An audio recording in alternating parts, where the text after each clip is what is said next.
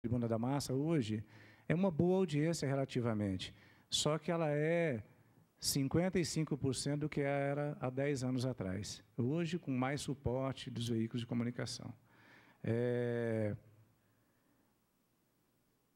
Ninguém cita, é um negócio... Eu faço por Londrina, a minha emissora aqui hoje, eu sou responsável pela praça de Maringá, São Paulo, Rio, Brasília e Curitiba. Nós chegamos nesses mercados exteriores, nós trazemos muitas coisas, os nossos jornais são 3 telejornais diários hoje, são 7 horas ao vivo diariamente, com mais de 100 profissionais só no mercado de Londrina. E ninguém cita, por exemplo, o Jornal Tarobá, segunda edição, que tem 11 pontos de audiência. Não estou nem comparando o share, obviamente que a Globo, com novela, nesse momento, é muito forte, a gente tem que respeitar isso, mas tem todos os seus valores. Mas não é citado. O Jornal Tarobá sempre teve mais audiência que o programa Tempo Quente, mesmo na época do Carlos Camargo conosco. Então, ninguém citava. O mercado exterior compra, o mercado londrino não compra, infelizmente, eu acredito eu, por uma ação de tentar economizar um dinheiro no que era fundamental com a questão da produção dos filmes. O governo federal vem aí tentando colocar várias práticas, como uma política do Ancine, tentando passar critérios através de agências de publicidade, mas o mercado não se profissionalizou ainda. Por isso que a sensação de programas policiais, elas são maiores do que, na verdade, elas são. Eu vou pegar uma pessoa de cobaia rapidamente vou pegar a professora. Hoje nós temos, professora, alguns programas policiais e mais outros na grade, falando de Tarobá. Me fala um número de quantidade de programas hoje, da Tarobá, locais, com produção própria. Não, vamos falar do geral. Eu quero falar do semanal, que a gente repete a grade. Coloquei na fria você, né? São 21 produtos hoje. Não queria fazer isso, mas... São 21 produtos, assim, é a maior produção a nível de Brasil de cunho próprio, de editorial próprio. Nós temos 3 produções que são terceirizadas, mas que têm o nosso crivo. Nós, hoje, não fazemos política dentro dos nossos programas. O sensacionalismo existe, obviamente, que depende de cada apresentador. Isso a gente tenta administrar de certa maneira, mas isso depende do cara que está dando a notícia. Existe em tudo, tá?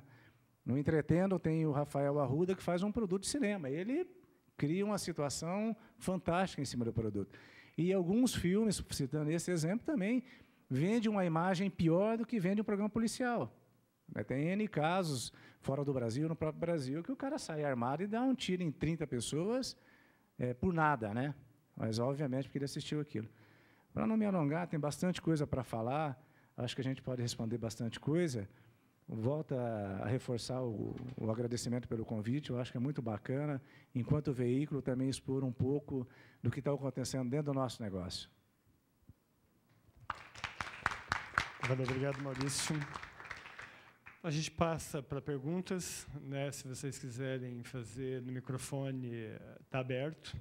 É importante esse bate-papo, levando em consideração que nós estamos na academia, né? Alunos da área de publicidade e propaganda, né? E essa responsabilidade que vocês têm na venda de produtos e marcas. Os alunos de jornalismo indo para o mercado que também vende algo.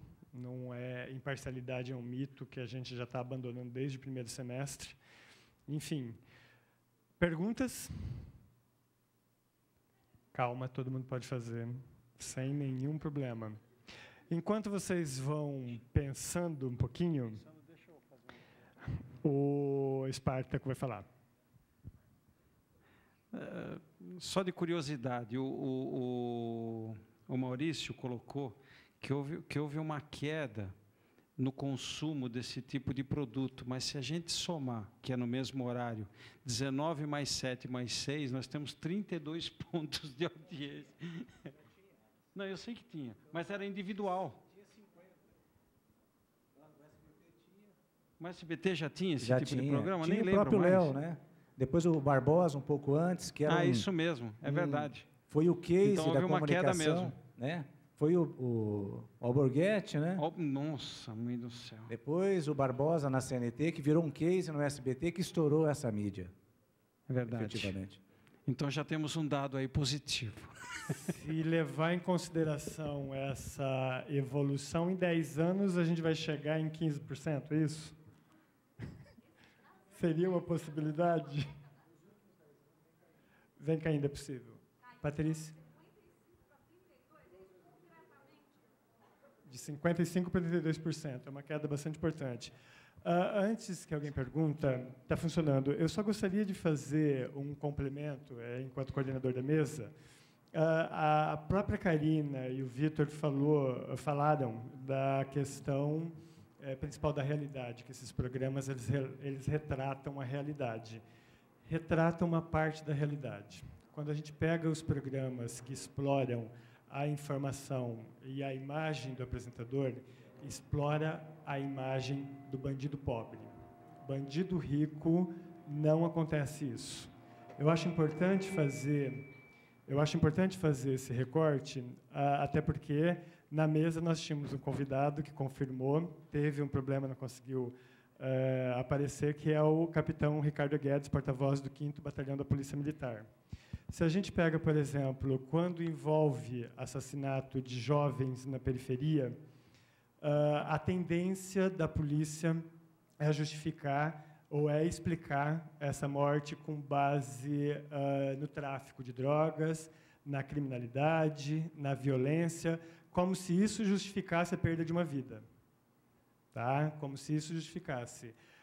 E essa realidade ela é muito perversa, porque, inclusive, se vocês perceberem a relação dos programas, temos aqui um gestor de uma televisão que pode falar porque produz isso também, existe uma conivência do Estado que acaba expondo a imagem do bandido pobre.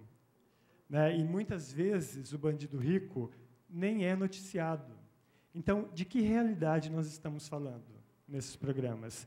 Isso é importante a gente fazer um recorte, porque a gente acha que as disputas de classes, conflitos estão vencidos, que Marx está ultrapassado, e não é verdade.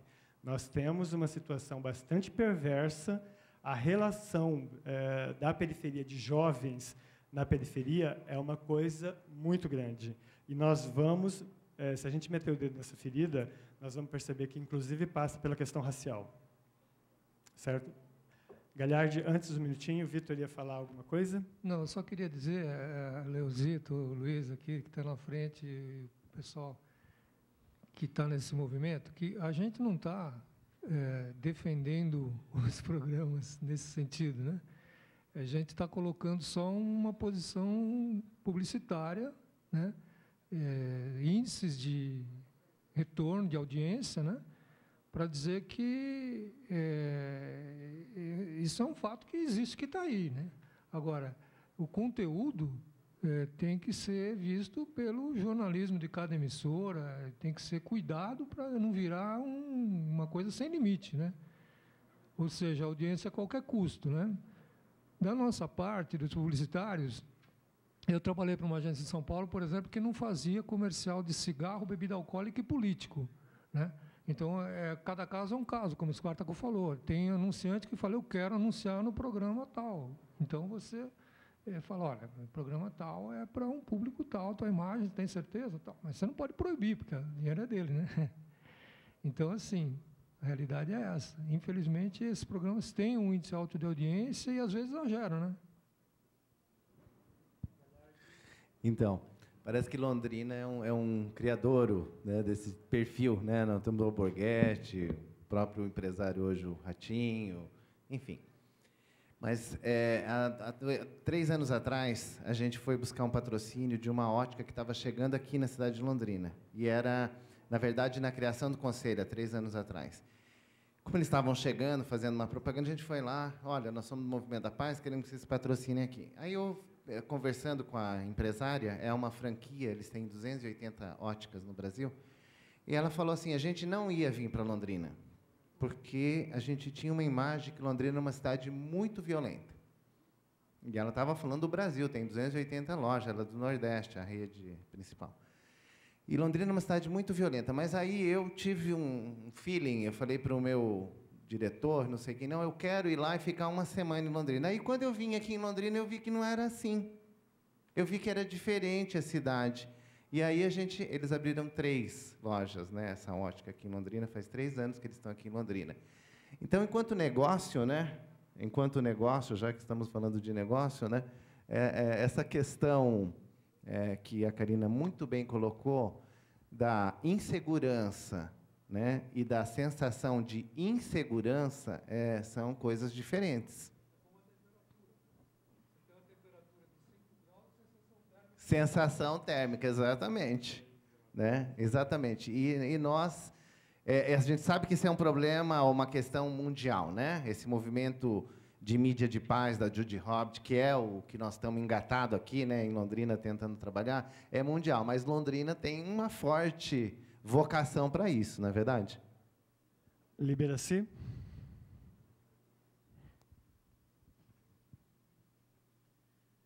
Com base em pesquisa, você falou tanto no plano de mídia, plano de comunicação de forma mais ampla, acho que para todos, eu gostaria de saber quais são as evidências claras em relação ao perfil do consumidor que assiste a esses programas. E perfil de classe econômica, quem são esses consumidores? Eu tenho, claro que a gente tem hipóteses muito claras, né?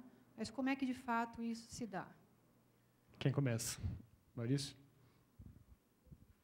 Hoje, canal aberto, volto a dizer, acho que as pesquisas ainda especiais são pesquisas que não nos dão muita propriedade.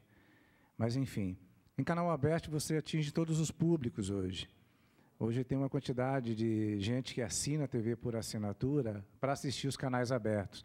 Londrina hoje é um provedor muito forte na comunicação. Tem mais de 11 emissoras de rádio FM, tem 2 jornais fortes, tem 4 geradoras próprias aqui, então a briga é muito grande. O perfil de público, em especial desses programas, ele está muito parecido com a grade que você faz. Hoje, com a questão da mobilidade, o processo da inclusão do sistema digital no Brasil, ainda é um processo que a gente já está trabalhando com isso, a mídia OneSeg, que é aquela que você vai poder acompanhar em qualquer local, isso vai levar a TV aberta, no nosso caso, para todas as classes, na verdade. O empresário que está dentro do carro, ele vai começar a acompanhar a TV Tarobá, como aquele cara que está lá em casa, que tem um telefone celular que custou R$30, o que ele ganhou de graça. Então, nós entendemos que, a partir desse momento, todos os públicos serão atingidos. Muita gente, muitos empresários que nós visitamos no mercado de Londrina, que dizem assim, olha, eu não assisto programa policial, mas o cara está entendendo melhor do que eu do que aconteceu na minha emissora. O cara sabe tudo, o cara está assistindo. É mais ou menos, minha empregada estava assistindo, eu passei, dei uma olhada. Na verdade, a gente está abrangendo muito. A gente vai entrar um pouco nessa discussão do que se é sensacionalismo ou não, tal. Obviamente que quem está na cadeia não é uma pessoa que tem boa índole. Então, os programas policiais estão pegando essas pessoas, porque eles precisam de conteúdo para colocar no ar, né? O objetivo hoje dos veículos de televisão é um objetivo difícil, é transformar a TV numa emissora de rádio. O que ele precisa fazer? Ele precisa trazer essa notícia com muita velocidade, com vídeo. Então, as delegacias, de uma maneira geral, é isso. E os públicos, de uma maneira geral, só para concluir, vamos ver se eu respondi da maneira apropriada que você queria saber, os públicos são todos nesse momento. A classe AB está num sentido um pouco menor, porque geralmente ela não está assistindo esse produto nesse horário, mas ela está sendo atingida também pelo perfil da televisão. Eu queria falar, tem um estudo remoto controle, linguagem, conteúdo e participação nos programas de televisão para adolescentes, que é de 2003, que cita dados do IBOP, que fala o seguinte, crianças e adolescentes entre 4 e 17 anos representam mais de 1/4 do público desse gênero de programa jornalístico. Ou seja, mais de 25% do público desse tipo de programa é formado por crianças entre 4 e adolescentes de 17 anos, ou seja, e acredito que seja de todas as classes sociais. Posso te enviar depois, inclusive, o perfil de toda a programação, que vai incluir todos os programas policiais, inclusive da concorrência depois. Está disponibilizado, é um mercado aberto. É pena que nós não trouxemos os números do IBOP, do último relatório de qualificação, que nós temos todos os públicos, e é muito interessante que a classe AB ela tem uma representatividade até maior do que eu imaginava. Agora, tem uma certa diferença entre as pessoas assistirem o programa e consumirem os produtos que são anunciados naquele horário. Eu tenho, às vezes, uma certa dúvida em que alguma classe econômica, no caso AB, seja impactado por um testemunhal. Eu acho que assistir esses programas, eu até como profissional, costumo zapear nesse horário para ver até quem tem anunciado. Cada dia mais, os comunicadores eles têm sido muito competentes na forma de fazer o merchandising. No momento que eles estão andando pelo estúdio, eu acho que é tudo muito bem coordenado, o timing está muito bem feito, ou seja, eles deixaram um pouco mais leve essa comunicação. Eu acho que isso tem que ser muito olhado, com cuidado, mas o tipo de produto, normalmente ele não é, o produto anunciado, ele não é para a classe AB. Mas nós temos, o relatório do IBOP mostra que nós temos um público importante da classe AB, e até num percentual que é acima do que todos nós podemos imaginar. Eu acho que queria fazer essa consideração. Você quer falar alguma coisa? Oi, se você puder falar o nome. Meu nome é Arthur, estou no 4º semestre. Boa noite a todos vocês. Em vista de tudo que vocês falaram, eu tenho uma pergunta referente ao tema. Só queria falar, esse tempo atrás a gente estava conversando acerca de um acontecimento, um amigo nosso que foi filmado bêbado, e a mídia falou que ele estava drogado. Isso aí estourou na internet, o cara está completamente desconsiderado. Que rola esses ruídos, a gente sabe, né? O Vitor falou acerca de que pode ser arriscado um merchan, por exemplo, de determinado produto. Eu acho, por exemplo, não dá para apresentar, sei lá, um presunto no Carlos Camargo vendo um cara morto, né? Temos esse problema. Né? A moça falou assim que geralmente ele passa a realidade, né? Expressa um pouco mais, ou seja, a criança assiste, aquilo é na hora do almoço. E eu queria perguntar com todo respeito, qual que é o objetivo deste programa?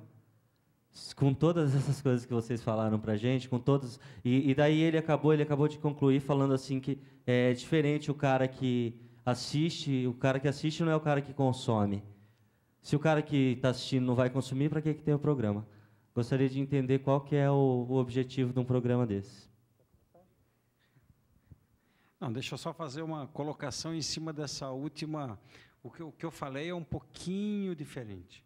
O que eu falei é que nós temos uma classe socioeconômica muito interessante, num percentual até, logicamente, que como você tem nas classes socioeconômicas, AB na menor e as outras mais, você tem, logicamente, até o apelo desse programa, a proximidade é maior junto a algumas classes. O que eu falei é que nós temos audiência nesses programas, mas os produtos normalmente anunciados, e isso não é universal, é mais...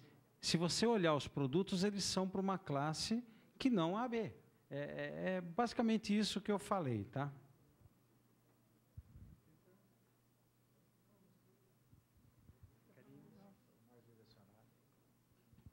Eu queria falar um pouco por que é que esses programas existem, né? Aquilo o que nasceu primeiro, o ovo ou a galinha? Assim, falam, a gente tem esses programas porque tem audiência, mas tem audiência porque tem os programas, né? E assim, é óbvio que eu sou contra qualquer tipo de censura, não acho que deve ter uma proibição, esses tipos de programa não devem existir. Porque eu acho que, na verdade, é a população que deve deixar... Eu fico muito contente com essa informação de que a audiência vem caindo. Talvez isso seja reflexo de uma reflexão, né, ou de uma conscientização. Agora, assim, acho que essa pergunta, por que é que atrai tanta audiência, né? Por que a pessoa em casa quer? A gente tem aí uma coisa meio mórbida, né? Todos nós temos, que a gente se interessa mesmo, muitas vezes, por esse assunto, que a mídia acaba alimentando. Mas eu acho que isso não nos faz bem, né? Eu acho que, de modo geral, para a sociedade, é óbvio que você ficar mostrando. Eu vou até falar, eu dei aula aqui na Unopar, não lembro em que ano foi isso, vou contar. E aí a gente estava fazendo uma reflexão sobre o programa do Carlos Camargo. Não era uma turma de jornalismo, era relações públicas, quando ainda tinha relações públicas.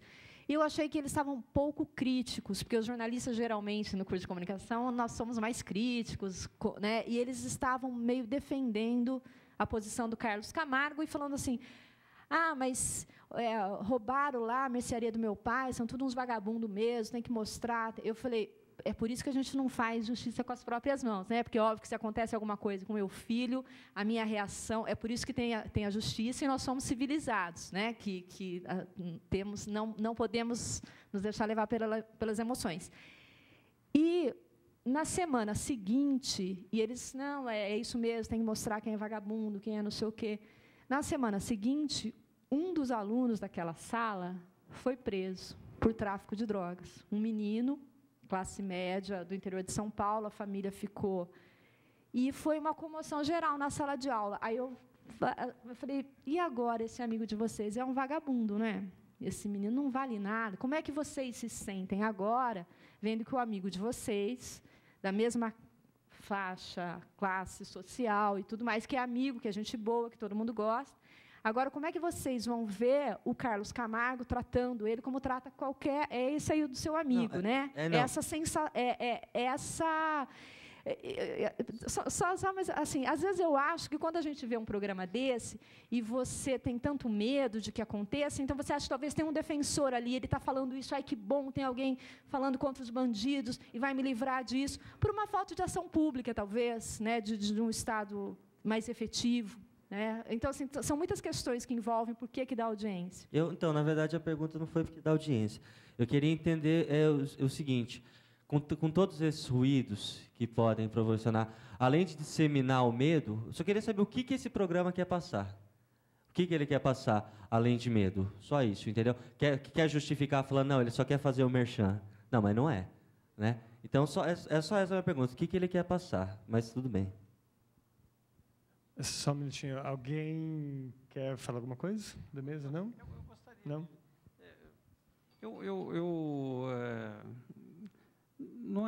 É difícil você fazer uma colocação.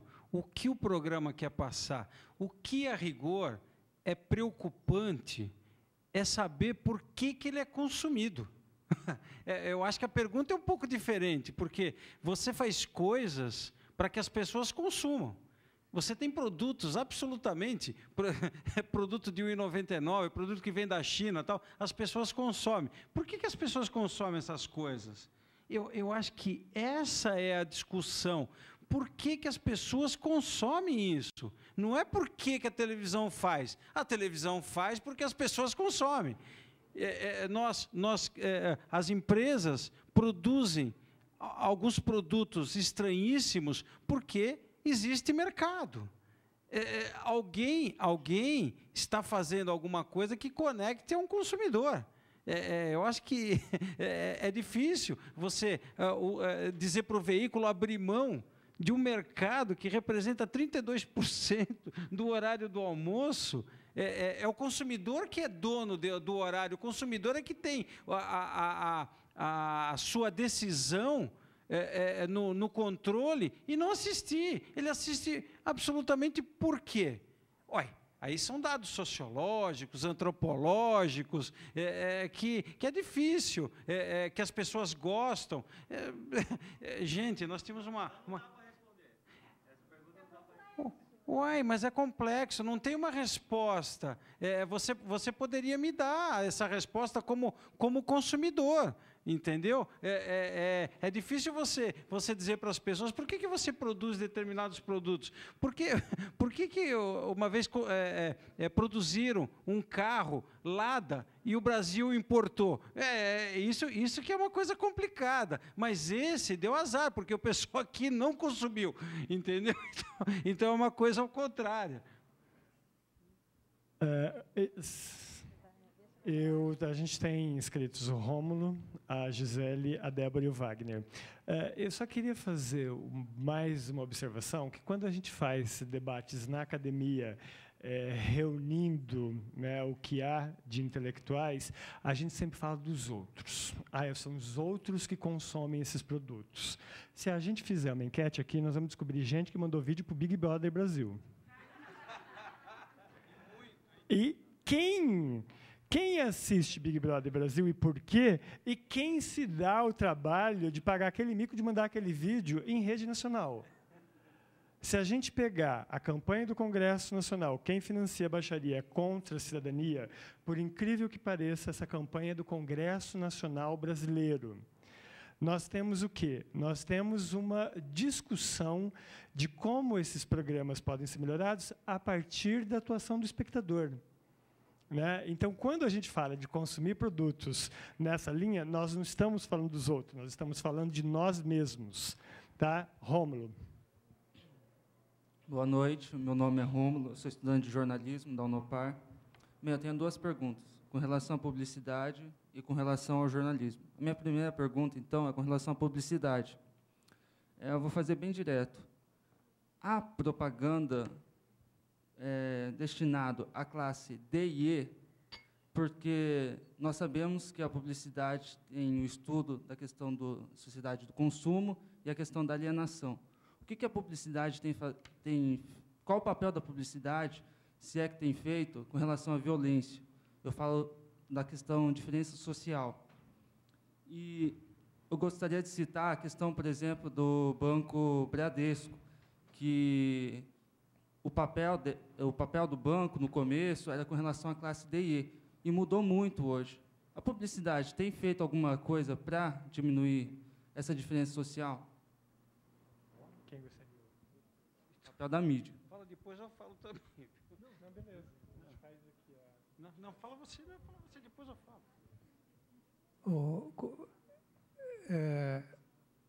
A propaganda, ela trabalha com classes sociais, certo? Como você está falando. A, B, C, D, E. Sempre existiu a classe nas nossas pesquisas, A1, B1, A1, B, B1 e agora C, C1. O que significa isso?